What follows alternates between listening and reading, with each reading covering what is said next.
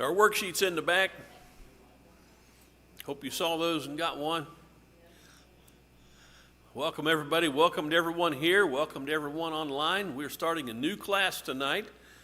This is a class on Peter's letters, 1st and 2nd Peter. I'm going to be teaching the class tonight, but Lord willing, later on this evening, Debbie and Matt and I are going to get in a van and head towards Florida, and then our kids are going to be leaving Thursday or Friday and meeting us down there. Going to celebrate, got a couple of things to celebrate. Debbie's turning 29, and we're going to have a celebration for her, but also Nick and Christy, some of you may be aware of this, have been in the process of fostering to adopt two teenagers, a brother and a sister, and that has come about. They've got a date set now to sign the papers, and so we're going to celebrate two new grandchildren in that sense as well. So good things to do, good things to celebrate. But tonight we're looking at 1 Peter. Sunday morning we're going to start a new class in the book of Acts, and Bobby will be teaching that class. He'll be bringing an introduction, and then since I won't be here next Wednesday night, Steve Harrison's brother Wes has volunteered to speak for us that night, but he's going to be doing also something on the book of Acts. So Wednesday night will be we're starting a little off kilter, but we'll get back in the groove as soon as I get back. Just focus on Acts while I'm gone. That's probably the best advice I could give you. All right, on our worksheet, the best place to start in a study in 1st and 2nd Peter is John's Gospel, chapter 1. So that's where we are, John chapter 1, and we're looking at Peter's names. By the way, if you see the headline, the title, whatever, bearing up in difficult times, if you will read, and I encourage you to please do this, read 1 Peter 1, 2, 3, as many times as you're comfortable reading 1 Peter and see what you pick up from the text. But when I read 1 Peter, it seems like he's writing to the church, and it's all about persecution, being ready to bear up under persecution, difficulty coming your way, a fiery trial. Be ready for this. Gird up your loins. And then 2 Peter, it's only 3 chapters, but he's talking about bearing up under false teachers. So we've got persecution in 1 Peter and false teachers, bearing up under false teachers and their influence in 2 Peter. That's what these letters seem to be about, just by their internal context. But let's first talk about Peter. John chapter 1, verse 40 to 44. Who's got that, would like to read it? Anybody ready to read? All right, Larry. Two who heard John speak and followed him was Andrew, Simon Peter's brother. He found first his own brother Simon and said to him, "We have found the Messiah," which translated means Christ. He brought him to Jesus. Jesus looked at him and said, "You are Simon, the son of John. You shall be called Cephas," which is translated Peter. The next day he purposed to go into Galilee, and he found Philip. Jesus said to him, "Follow me." And Philip was from Bethsaida, at the city of Andrew and Peter. Very good. Thank you, Larry. So what's the first name Peter has? The first one we come to in this text. Simon. Simon, S-I-M-O-N. And the second name is right next to it, Peter. And then C. What 3 blanks would you fill in, or what would you fill in those 3 blanks with? Son of John. And then the last one? Cephas. Who gave him that name? All right, you're going to be called Cephas. So these are his 4 names as we have them in 1 John 40 to 44, but there's a similar one just in a little bit. We'll come to that. We also learn in this passage that Peter had a brother named Andrew, and that both of these brothers were from the town of, did you get that? Bethsaida. From the town of Bethsaida. There's a really good lesson in here. Who meets Jesus first? Andrew does. And what does he do? What's the first thing he does? He goes and gets his brother, whose name is Peter. And then from there on out, who do you hear the most about but Peter? So never doubt yourself. When you have an urge to tell somebody about Jesus, you might be telling somebody about Jesus who will do great things in the name of the Lord. And that's what the situation was with Peter and Andrew. Peter is the one whose name is everywhere and whose influence is everywhere. But if it hadn't been for his brother, what might the situation have been? Thank God for Andrew. All right, Matthew chapter 16 and verse 17. This is a name that Jesus calls Peter, similar to what he's already called him here. And what is it? Anybody got it? Simon Bar Jonah. It's the same thing as saying son of Jonah. And it's spelled a little different. The spellings weren't, uniform in every instance. And when we read the Bible, make the same application to their times as we have in our times, because I used to read it, why did people have all these different names? But who's here that has more than one name tonight? All right, there's several people here that have more than one name. We got a Robert, and right up here we got a Bobby. But anybody ever call you Bob? Is your name Bob? Is your one of them? I thought it was Robert. No, official. It's official. So he's got three names. This guy right here's got three names. It's not the middle name. Should we ask what your middle name? What? Lynn. Glenn. Glenn. Like a valley. Glenn like a valley. That's a pretty name. What's your name? Glenn like a valley. you should tell him that. and then pronounce your last name Chiltone. Glenn like a valley Chiltone. You could make a TV preacher out of that, man. The Reverend Glenn like a valley Chiltone. We're taking it too far here now. We're just way too far. Larry? Who's that? Titus, his son, has three names?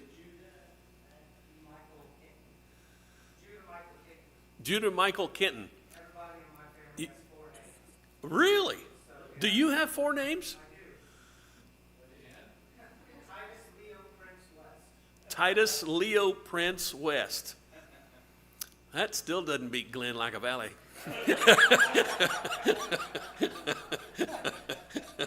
But it's cool. Yeah. And people give you names. Your name might be one thing, but people say, I'm going to call you so-and-so. Now, if you notice, that's what Jesus did with Peter. But Jesus is God. Most of the people that have done that to me aren't God. But anyway, I just want us to get a handle. We're looking at a man who's got these different handles, and a lot of people have that. There's nothing out of the ordinary, nothing unusual about that. But it's just something I think is interesting about Peter. Simon Peter. Jesus calls him Cephas, which means a stone. Interestingly enough, Peter, the name that's translated Peter, also means a stone. His name means Petros, or his name is Petros in the Greek, which means a small stone. Cephas is also a small stone. But Petra sounds similar to Peter, but it's a different word, means a large stone. And when Jesus was talking to Peter here in Matthew 16, he says, you are Petros, but on this Petra. And what was the Petra? What was the large stone? It was the fact that Jesus was the Christ, the Son of the living God. And on that large stone, Jesus said, I'm going to build my church. So the imagery is marvelous there. All right, number 2, significant events that gave us insights into Peter's character. These are bulleted. I didn't number them. I probably should have numbered them or lettered them, but I bulleted them. The first one is Jesus called both Peter and his brother Andrew, telling them to blank, blank. This is from Matthew chapter 4, verses 18 to 20. If you want to go there. Excuse me, I should not do that into the microphone. Follow him. Follow me. Jesus comes and he says, follow me. These brothers worked as they were fishermen. And Jesus said he would make them blank, blank, blank. Fishers of men. So Peter is a professional fisherman. Jesus comes to him and says, follow me. I'm going to make you fishers of men. You're going to be fishing for men, trying to pull men into the kingdom. They left their nets blank immediately. They left their nets immediately and followed him. Think of that. We can just read over that so easily, but these guys had productive livelihoods, and they obviously they had to have boats and nets and everything that comes with being a fisherman, and it says they left it. There's speculation that all of this came together when Jesus gave them the great haul of fish.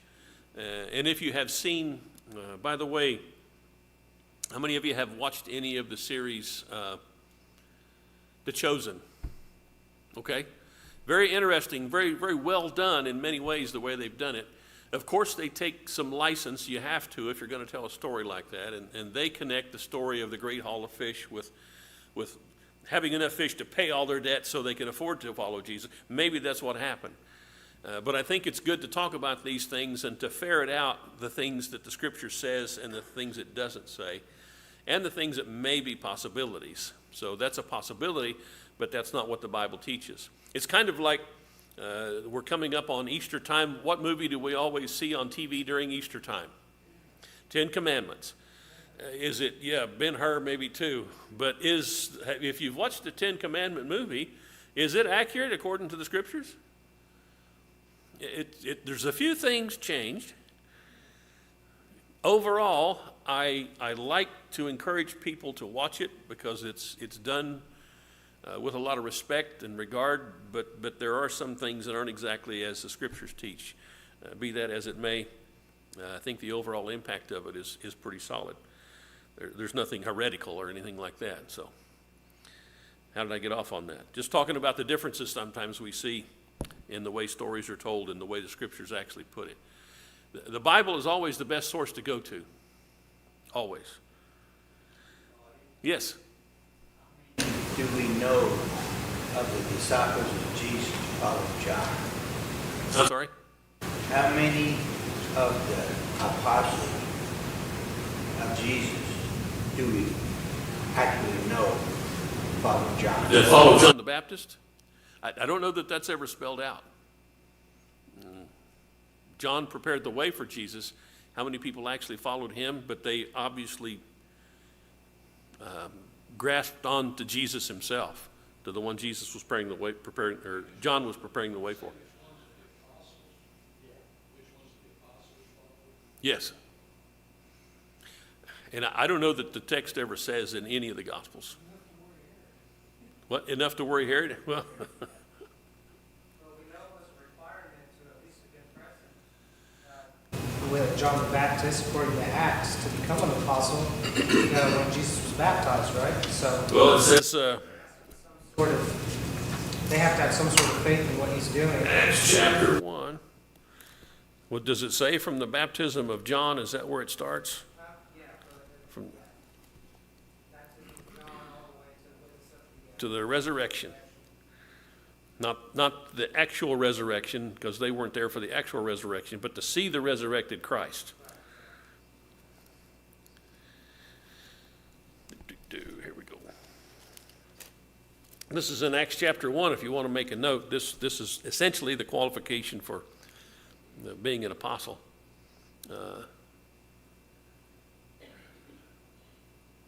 Therefore it is necessary, chapter 1, verse 21, that of the men who have accompanied us all the time that the Lord Jesus went in and out among us, beginning with the baptism of John until the day that he was taken up from us, one of these must become a witness with us of his resurrection. So the question originally was, how many of the apostles followed John? This doesn't really say that, but it lets us in on the fact that these guys must have been present. All the original 12 must have been present at John's baptism. So they were there. Right, John. Right. What did I say? Oh, yes, you're right. Jesus' baptism by John. Thank you.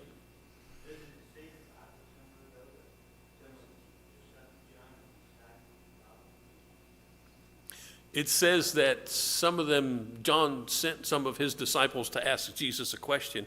And what was the question? Anybody remember? Are you the one, or is it somebody else? This is John the Baptizer who is asking. So the next time you're thinking, man, I got doubts, I got questions. Yes, Jesus' cousin John. So there was a blood relationship there. Very, very interesting. And His own brothers now, perhaps? well, that's a good question too. There's no answer for that I know. Maybe when we're sitting around drinking coffee in heaven, we can ask that and see. Oh yeah. Well, how could it be heaven? It's just a foregone conclusion.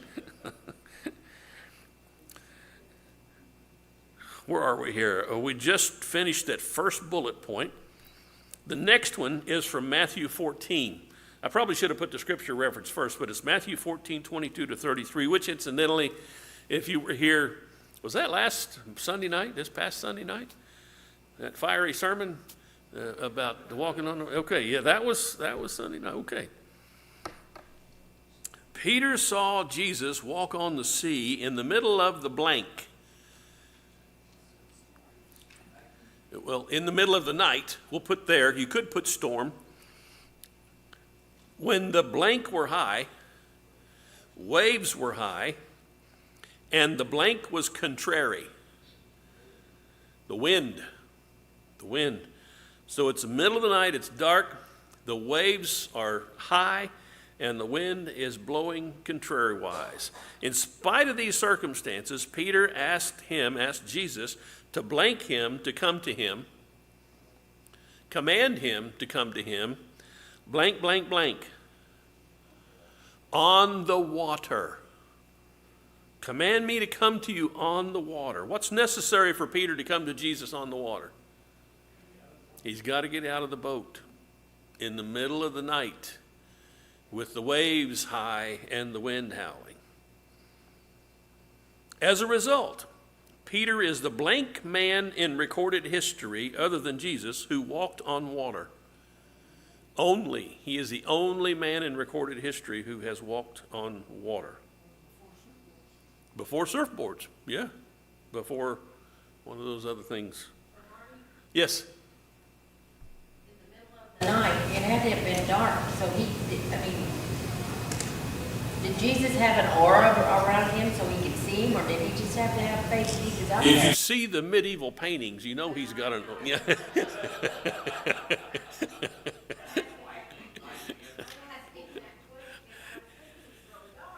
It probably was really dark. Now, it doesn't actually say, at least not in Matthew's gospel. Yes, but it doesn't say that there was a storm. A storm and with clouds would make it very dark, but the wind could have been contrary and the waves without it being cloudy. It doesn't say. It just says they were able to see him somehow, some way. What's that?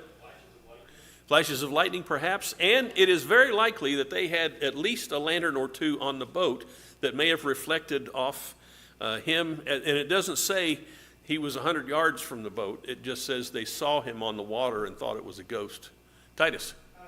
The Greek here says, from the land it was far, being tormented by the waves, it was for opposing the wind, in the fourth watch of the night. Yes. That he came on. So they were tormented by the waves. There is a storm. Well, a storm on the water, but above, were there clouds? That's what we don't know. Were there clouds? So there was definitely a storm with waves in that sense, but were there storms, was there a storm that was clouding up the place and making it that dark?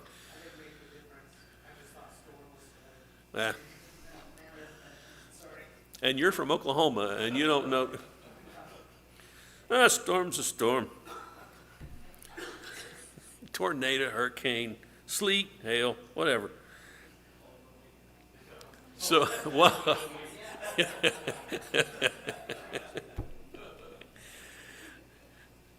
all right, next bullet point. When Jesus asked his apostles who they said he was, you remember he said, "Who do men say that I am?" And they gave him all the answers of who people were saying that he was. And then he said, "Well, who do you say that I am?" It was Peter who replied, "You are the blank, the Christ, the blank of the blank blank, the Son of the living God," as opposed to gods that are wood, stone, precious metals even. They are not alive. What's that? Yes, little g gods.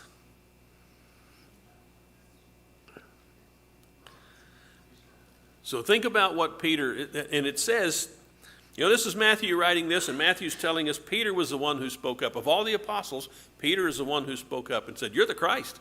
There was no question in his mind. And what does Christ mean? We read it a little while ago. I don't know if you caught that in John's first chapter. John recorded the translation of Messiah to be Christ. Christ and Messiah, it's the same thing. Messiah is out of what language? Hebrew. Christ is Greek. And they both mean anointed of God. They were looking for the one who was anointed of God, and Jesus was it. He was the Messiah. He is the Christ. And Peter says, "You're the anointed one of God, the Son of the living God." All right, last bullet point on this page. Peter was the one in the garden who leapt into action and blanked Malchus' ear with a sword. He cut off Malchus's ear with a sword when Jesus was being arrested. Jesus then told him to put his blank away, put his sword away. Now, some have asked the question, was Peter aiming at Malchus's ear? And there's another opportunity for speculation. We don't have a clue. It doesn't say. It just says he cut off his ear. He probably ducked, or maybe Peter at the last minute thought, they've done research. Some guy, he was a historian, and he was looking at the number of infantrymen there were in the Civil War. I think this was especially where he started out, where they would line up 50 yards from each other and then shoot. And he said, for every infantryman on one side, when they shot, there ought to have been one dead infantryman on the other side, because they were close enough to hit their targets. There ought to have been at least 50% casualties, and they weren't that high. And the more research he did on those kinds of statistics, the more he realized soldiers, even soldiers who are trained and at war with other soldiers, are reticent to kill their fellow man, which I think is marvelously telling. And so I think about Peter swinging his sword at Malchus. Is it possible that he's been with Jesus for 3 years. Was there something in him that said, don't try to kill him, but swing your sword? You're mad. You don't want him to be. I don't know. This is all speculation, of course, on my part, but I'm just saying, this is what happens when you see things like this and you try to make something of it that's not there. Don't do that.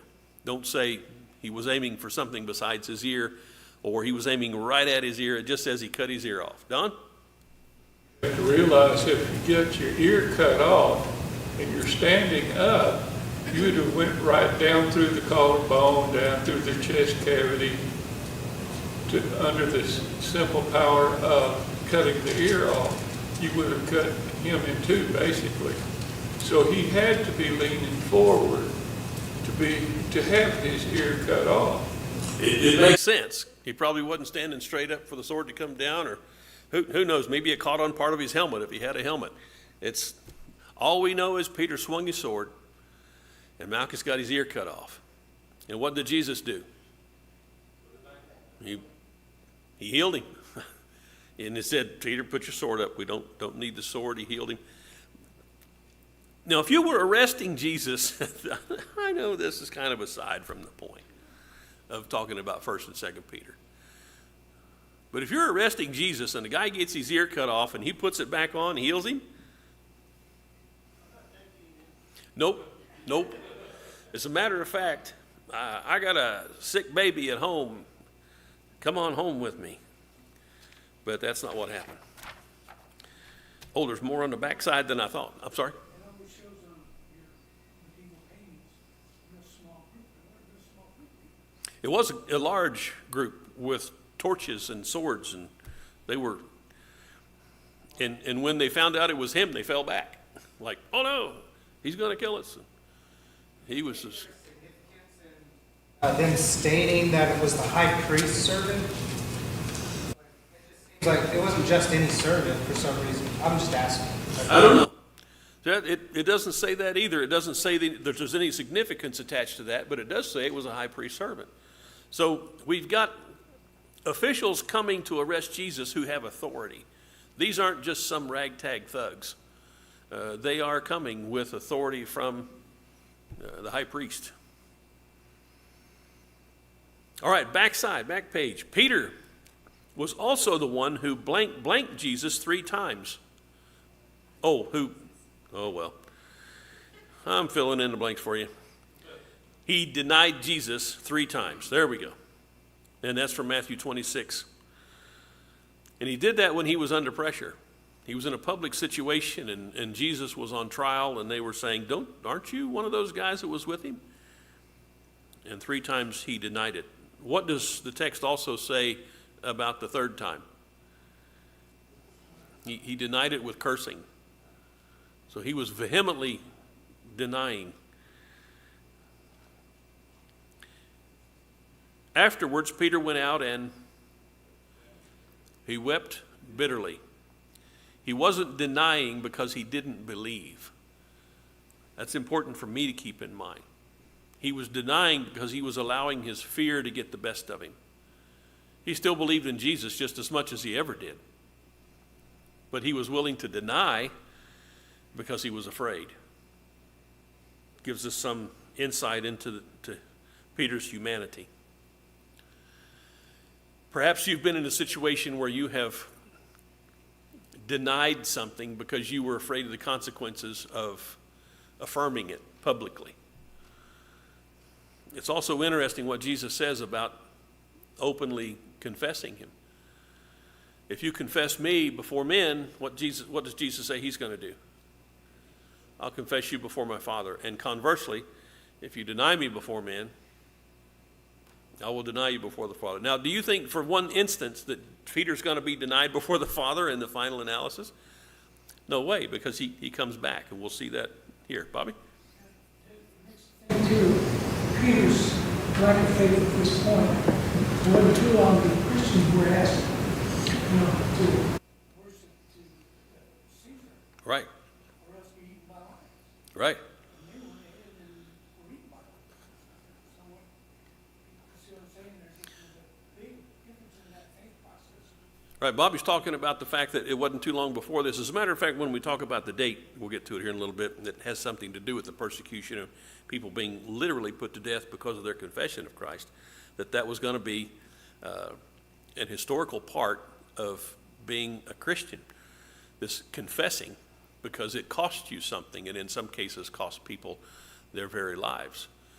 And it's interesting what history records in the church fathers, the controversy that took place when this swept through, and people would confess Jesus, have their goods confiscated, be thrown into prison, and then when the persecution finally relaxed and ended, they got out of jail and they went back home, and they sit down in the church building to worship with people that they knew had denied Jesus and kept everything they had, and there they are. So you can imagine how much trouble that made within the Lord's church. Life is a mess, however you slice it. The second bullet point on the back page. After his resurrection, Jesus asked Peter blank times, "Do you love me?" 3 times. Though Peter struggled with his answer, Jesus commissioned him each time, saying, blank, blank, blank. Feed my sheep, or tend my sheep. The word, he uses one word 2 different places and another word that's similar to that one in the other place. But both those words are to the effect feed or tend or take care of my sheep. That's from John chapter 21. So think about it. Jesus denies Peter 3 times, and 3 times Peter says, "Peter, do you love me?" What was the first word, the Greek word that Jesus used for love the first time? Anybody remember? Agape. Peter, do you agape me? Which is the love it's the highest kind of love, agape. It's the love you decide to have. It's not just a warm feeling. The warm feeling love is phileo. I have an affection for you. I feel love towards you. But agape is the love you determine to have, and it's the highest form you can have. And Jesus asked Peter, "Do you phileo me, or do you agape me?" And Peter replied, "I phileo you." And I think that's because, my speculation, Peter didn't feel like he had a right to say agape, because what had he just done? He had denied him 3 times vehemently. And so Jesus asked him again, "Do you agape me?" Same thing, "I phileo you." Doc? On the third time, Jesus said, "Peter, do you phileo me?" It's like, I'm going to come down to your level. I'm going to condescend to where you are, because I know what you're going through. And Jesus knows. He knows what Peter was going through. He knows what I'm going through. He knows what you're going through every single day, every single moment of our lives. He understands. He sees us. He sees us where we are, and he sees us for who we are, and he still loves us like nobody else can. And he wants us.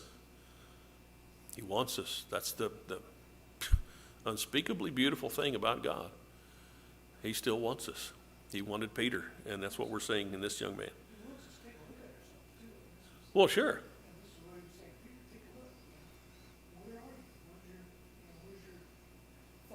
Right. But Jesus had plans for Peter all along. Feed my sheep, feed my sheep, feed my sheep. You're good enough to feed my sheep. And it's like from this point on, that was what Peter's life was all about, proving that he was going to follow through with what Jesus commissioned him to do, to feed his sheep. And here we have the next bullet point. Peter was the one who preached on the day of Pentecost, which was the sermon from which the blank began. The church, on the day of Pentecost in Acts chapter 2, when blank people were baptized into Christ. 3,000. It sounds like a lot, doesn't it? Wouldn't that be great if we could baptize 3,000 people here? Yes. There were a lot of people in Jerusalem for the Passover, or for the Pentecost, Feast of Pentecost. So 3,000 was enough to get the church started, though, and that's how it got going. Next bullet point, having been flogged for preaching the gospel in the blank. Where was he preaching the gospel? In the temple. Okay, Becca? Oh, you can't sit like this, because Peter rejoiced that he was considered blank to suffer for the cause of Christ. Worthy. Here's a guy, you know he's carrying guilt and hard feelings against himself for having denied his Lord. And now he's taken a beating for him, and he's, woohoo, I'm worthy to suffer for the cause of Christ. That's 3 times he denied him. If he did say that, yes, I knew him, they could have killed him. And then what would happen now? We didn't have Peter to carry it on. They would have killed him along with Jesus and the 2 thieves, very possibly. Yeah, and we wouldn't have had Peter. We'd had, well, I got to go find Andrew now. Where's Andrew?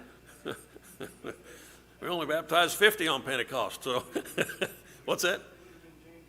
James or John. See, this is the way we think. We think, oh man, what would have happened without Peter? God would have found a way, but his way was Peter, and that's how it worked out.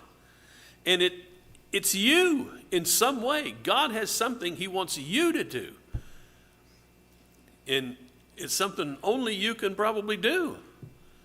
I really believe that. He's working in my life and in yours to bring about his will. They did eventually kill Peter. That tradition says. So,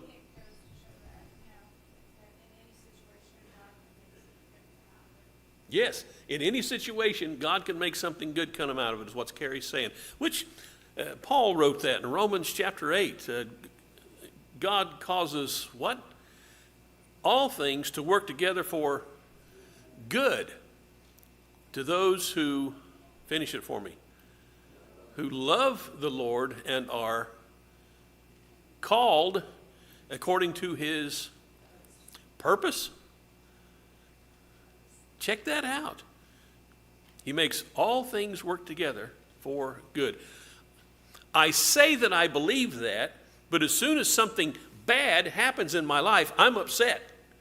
If I really believed that, it wouldn't matter. I go, oh, the wheel just came off my car and went across that field over there. Oh, this is great. Wonder what the Lord's doing now.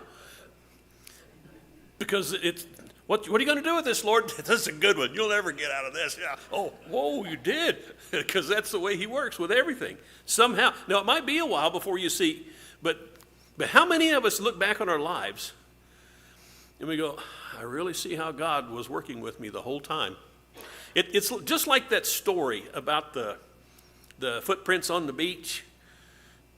There's a couple of those. One goes like this. I see the footprints in the sand where the Lord and I were walking along the beach, and then I see only one set of footprints, and it's, Lord, where did you go? I said, oh, those are my footprints. I was carrying you. Wow, isn't that neat? And then there's another one, 2 sets of footprints, and then there's 1 set of footprints, and then a mangled, kind of a twisted looking thing. And says, Jesus says, that's where I was dragging you, kicking and screaming. Okay, there we go. And Peter was one of those guys that Jesus kind of drug him kicking and screaming to some way, but that's what he does, I think, for all of us to some degree. Because he's Jesus, and he's going to make something of us. He's just like a good coach. He's going to push you as far as you can go, and because that's what's going to make you stronger and better and more confident in what you can do and what you can achieve. So, God's always working with us. And that's too soon. Peter also baptized the first blank into Christ, Gentiles, when he preached to the family of Cornelius, as recorded in Acts 10, 1 through 6 and 44 to 48.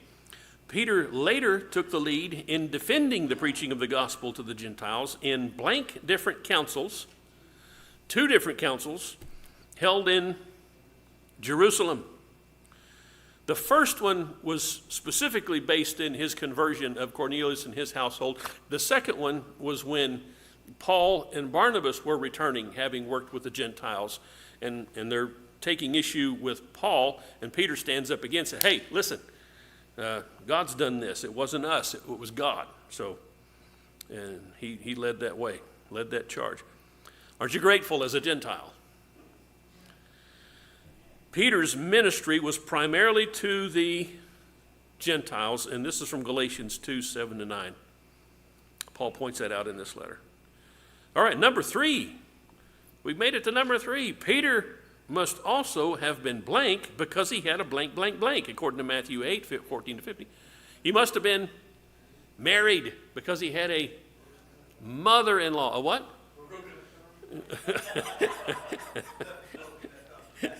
Yeah. Well, just steer you away from this one. There's only one way I know of to get a mother-in-law, and that's to be married. So, number 4, based on Peter's focus on blank in the first letter, and this is what we were talking, or what I was talking about earlier. If you read through the first letter, all 5 chapters, you're going to see a theme of persecution. Persecution. Based on Peter's focus on persecution in the first letter, both 1st and 2nd Peter were likely written shortly before Nero came to power.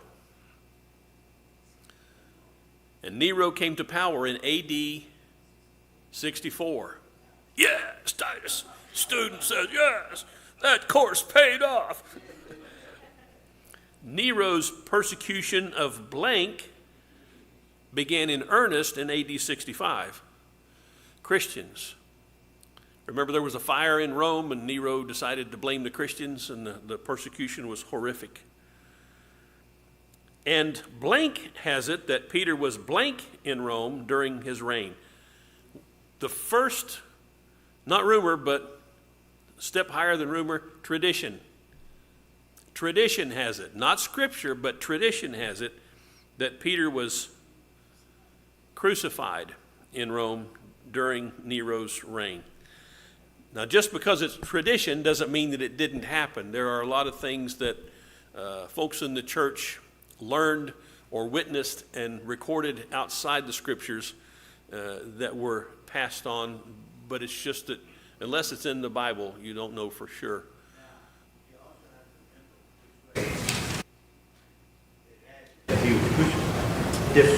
It says traditionally he was crucified upside down. And the tradition is, he said he was not worthy to be crucified just like Jesus, so he asked to be crucified upside down. All of that is tradition, speculation, but it may well be true. May well be true. Anybody got any comments or observations as we close? Yes, Charles. Question. Okay. I remember reading about the Catholics, that they believe that Peter was the first pope. Okay. And I was curious what you think about that. Well, when you look at chapter 16 of Matthew, there's a similar text in another part of the Gospels where Jesus says, I give unto you the keys of the kingdom. And some folks say he was talking to Peter, but in the other text, the you is plural. So he was saying to the apostles, I'm giving to you guys the keys of the kingdom. Here we are, chapter 16 of Matthew, verse 19. I'll give you the keys of the kingdom. In this context, it's singular, but in chapter 18, verse 18, which you just go over there a little ways. Truly I say to you, whatever you, plural, bind on earth shall have been bound in heaven, and whatever you loose on earth, you, plural, shall be loosed in heaven. So there's the key and the locking and the binding and the loosing. And so if Peter was the first pope, he was married. So why aren't popes allowed to be married? And then you get into what Peter talks about, forbidding marriage. That's part of the doctrine of demons, because the demons forbid marriage. And we got a whole nother demonic side of marriage teachings today from the demons. None of it's any good except what came from God. So, good question. I don't know if that helps or not. So I would deny that Peter was the first pope. I don't think the scriptures authorize a pope. The apostles were plural, and when the church was established, you'll see that the church is established with a plurality of elders. There's never a single elder in a church anywhere that we find an example of in the scriptures. When you see elders, it's always elders plural, apostles plural. So, hope that helps. All right, well, Lord willing, I won't see you for a couple of weeks. I'll miss you. Please keep us in your prayers. Take out a loan so we can afford the gas. And yeah, this is probably not the best time to be taking a road trip, but at any rate, here we go.